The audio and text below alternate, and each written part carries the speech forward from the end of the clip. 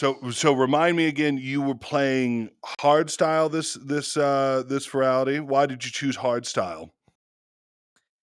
Why not? I think is the best answer for that. You know Honestly, what? That's fair. I think. Well, I did a back to back with my best friend Tsop, who'd already previously played before, and it was kind of the genre that we both sort of got better with. It was something that we were both very passionate about.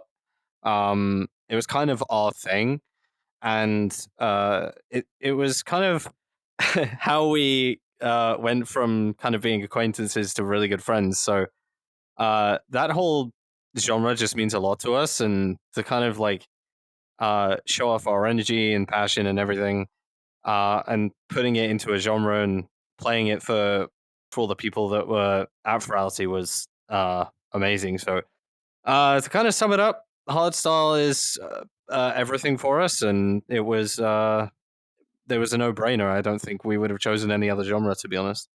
Is TSOP one of the main reasons why you joined up with Furality's DJ settings or setup, or were there other reasons? There were other reasons at play. I mean, it wasn't just her, of course, but um, like being up there with her. You know, I don't think there's anything that beats being up on stage with your best friend. I don't think there's anything that beats that. But it was also just, going to perform at a place that has been the outlet of so many amazing memories, so many amazing friendships that I've made.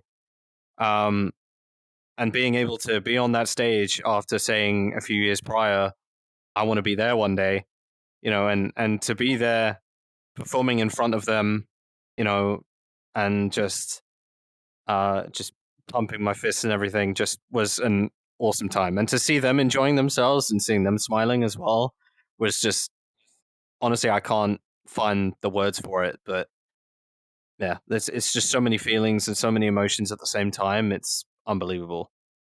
Was this your first time performing at Furality? It was, yeah.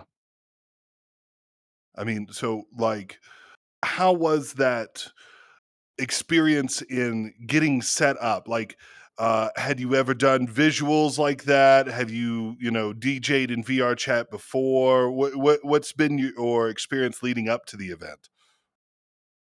I'd done a few VR gigs beforehand, and Soup and I had done our own visuals and things, so I had some experience in that. I did have a hand in making some of the visuals, the Minecraft visuals that people came to me about after the set. Um, Very yeah, I don't think I'll ever. memorable. I don't think I'll ever get the sound of the anvil out of my head, and especially not me laughing at 3 a.m. with an anvil killing Soup's Minecraft character. But yeah, I done some VR gigs before. A few months prior to Furality, I did my first live gig at Confuzzled in the UK, Oh, and that okay. and that was a whole different experience. But Furality to me was the one that was the most important for this year. It was where like this whole adventure sort of started for me. Silver was where I had a conversation, funnily enough, with Value Factory, where we kind of just sat down and said some things about DJing and where we'd want to go and what we want to do with it. And I just remember saying to them, "I want to do this," and that whole interaction just kickstarted everything. And I think what terrified me the most was being actually on the stage, like obviously recording the visuals for it, and sorry, not the visuals, the hologram for it. But we also had like the creative direction of where we want to go with the set, which was awesome to kind of bounce around ideas with our director Noel Ref and All Night and Coma as well. They did a magnificent job at putting on the show that they did, and Karopa as well, who did a phenomenal job on all the lights as well and the lighting. and the entire world itself was just absolutely phenomenal. Like Club Finn this Yeah. year was just out of this world. Um, I and really liked all of it this year. yeah, it was absolutely phenomenal. And Furality knocks it out of the park all the time, but this was just unreal. And I mean, all the world's phenomenal. Club Finn was up there. I mean, everyone's sets this year was incredible. Oh, yeah. Um, it wasn't just the music. I mean, the music was phenomenal, but it was just the amount of passion and work that went into the club, and you could tell. You know, Oh, it yeah. was absolutely amazing, and to be a part of that, you know, was first of all terrifying, but it was absolutely amazing. And uh, to to have my visuals up there as well, the ones I made, was was also a really weird feeling. But I don't know, just seeing me on the hologram next to my best friend was a really humbling experience. It was amazing. I can't find the words.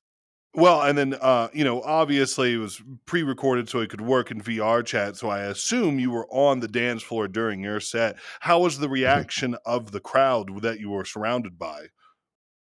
um, oh boy, it was a mixture of what Uh-oh. the hell is happening and it was yeah, it was a mixture of oh my god, this is great to what the hell is happening and what the hell have you done? uh, it was all good though, all good. Again, it was just seeing all my friends there was the best part about it. Um, but all in all, the reaction was probably the best part because everybody had an incredible time. I had people coming up to me in soup afterwards saying it was amazing. They really enjoyed it. It was the highlight of their con. Um, and you know, I mean, everybody did a phenomenal job. So I feel like the entirety of the roster was the highlight. You know, Yes. and like everybody deserves their own praise. Everybody deserves at least a round of applause for what they did. Right? It's not just one person that makes the whole thing happen. It's a collection of everybody. So but you know, to hear that people really enjoyed it and we made a lot of people smile and had a good time, you know, that was all we needed to hear because that's why we do it. You know, we do it for the people, and with without the people, the DJ is nothing. So uh, to to have that much praise and compliments come our way, and to see how many people uh, we made smile and had an amazing time was phenomenal. And lots of people were laughing, lots of people were joking, and that's what it's all about. So, Did you have any major difficulties in creating the set, or did you find any roadblocks that were, surprising to you in this whole process? oh, there's always roadblocks. Like no matter what creative medium you're in. Um, it was. I think the difficulty was definitely choosing the tracks because there's just so many uh, great pieces of music out there that so many talented creators and artists have made, right? So it's picking the ones that we feel would be the most important, the most sort of influential in our set, the ones that would make it flow. Um, ones making sure that we didn't kill our audience. That was one thing,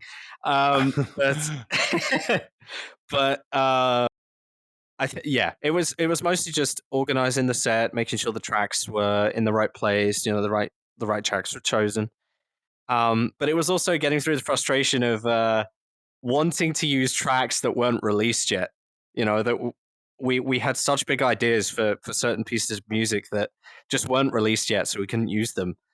Um, but all in all, we stayed up quite late. I mean, I went through literal blood, sweat, and tears, um, and we stayed up stupidly late working on it. A lot of time and hours just sunk into it, but it all worked out in the end.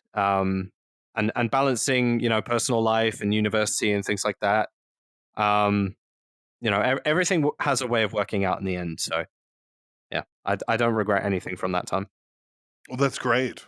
Well, so then what, if there were no regrets, there's gotta be at least one major highlight for you from the event. What was it? Oh, it's tough to name one, but I think what? So inside Club Fin or throughout the Yeah, entirety of it doesn't Somna? matter to me, whatever made you happiest. I think as it is every year for me, definitely because I went to the fireworks display on the last day, Of course. and I think for me was definitely going to that fireworks display, seeing how it was incredible. By the way, I cried. I cried buckets. Um, but I think definitely the feeling of just kind of recollecting everything that's happened during Furality this year, and just going over, you know, uh, just everybody at the sets. What a crazy job everyone's done, and just being there with friends and having an amazing time. And then just kind of just realizing, I've done it. I've done the one thing that I've always wanted to do, and that was playing at Furality. So to kind of have that checked off the list, and to kind of just sit there and just breathe a sigh of relief, or just sigh and enjoy myself, um, was great. And just seeing like the music and everything, and uh, the fireworks and the incredible visual effects that was during the display, I just kind of just again just broke down, just cried tears of happiness. So you guys did a good job with the whole emotional thing. So Yes, I we definitely got hooked on that. I did it. Um, well, before we wrap up things, I did wanna ask, what's a piece of advice you could give to aspiring DJs that wanna be in a position of yours, maybe for next year? I think the biggest piece of advice I could give is just don't give up. There's always an opportunity to learn. There's always an opportunity to get better. Um, of course, like don't always compare yourself to others. You know, that's that's a big thing that I've had to kind of come over. Um, is that whole comparison? I mean, at the end of the day, this isn't a competition. We're all here to give people the best time that they can, to enjoy themselves. And um, yeah, just don't give up on what you want to do. Make sure you're passionate about it. Make sure you enjoy it first of all. If you're not enjoying it, just you know, don't try and force yourself to do something that you're not enjoying. If you're not passionate about it, don't force yourself to do it. But again, just never give up. Keep pushing. Keep trying different things. If a genre's not working out, try something else. But there's never a dead end with this hobby, and that's the important thing. It's a hobby. You do it because you love it, right? So just keep going. Don't give up. Don't ever feel like you're not enough. Because somebody else is doing uh, your genre, and there's always something to learn from other people as well. So don't be afraid to ask. Good advice, good advice. Could you, tell me briefly where I can find your music online, what your socials are?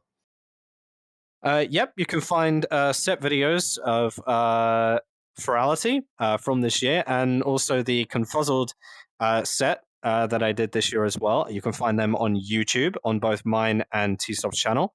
Um, and my YouTube is just Daratomic. Same with my Mixcloud, where you can find all recordings of the sets that I've done over the last year. And you can also find them on SoundCloud, and follow me on Twitter as well for any updates and any posters of where I might be playing next. Great. Well, I really wanna thank you for sitting down and talking with me today. It's been an honor. Of course. Thank you for having me. Wonderful. Okay, well, thank you so much, and bye-bye, kids.